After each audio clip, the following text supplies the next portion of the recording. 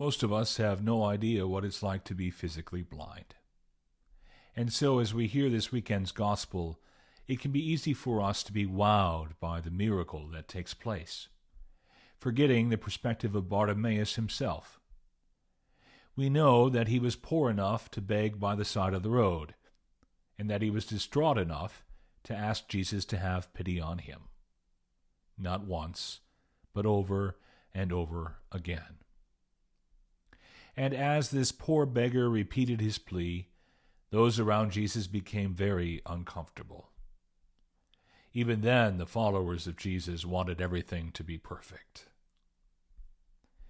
In the time of Jesus, being blind wasn't only a personal burden, but would have been viewed by many as a punishment for one's sins or the sins of one's family. Thus, Bartimaeus would have been ostracized, unable to earn a living and participate in the life of the community. For years, Bartimaeus dreamed of this day, this opportunity. He yearned for an end to the darkness. He longed for an end to his suffering. And so when the crowd called to him, he sprung to his feet, threw off his cloak, one of his only possessions, and came to Jesus. As he approached, he brought not only his inability to see, he brought all of the pain and struggle that came with it. He brought years and years of anger, shame, and hurt to the man who understood all of it. Now, it may seem odd to us that Jesus would ask Bartimaeus what it was that he wanted. The man is blind. What else might he want but to have his blindness cured? What on earth could he have asked for but that? And yet, he doesn't just say that he wants to see. In the original Greek, it is closer to saying, I want to see your face. Bartimaeus seems to be answering, Master, I want to see you. Without faith, such a statement wouldn't have mattered.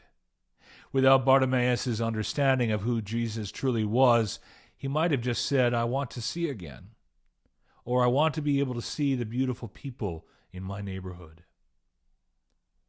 Instead, after years of blindness, a lifetime of doubt and pain and fear, Bartimaeus wants to see the face of the one in whom he believes. He longs to see the face of the one that stands before him. Now, without even raising his hand toward Bartimaeus, Jesus tells him that he can see. There is no spitting, no clay, no water being turned into anything.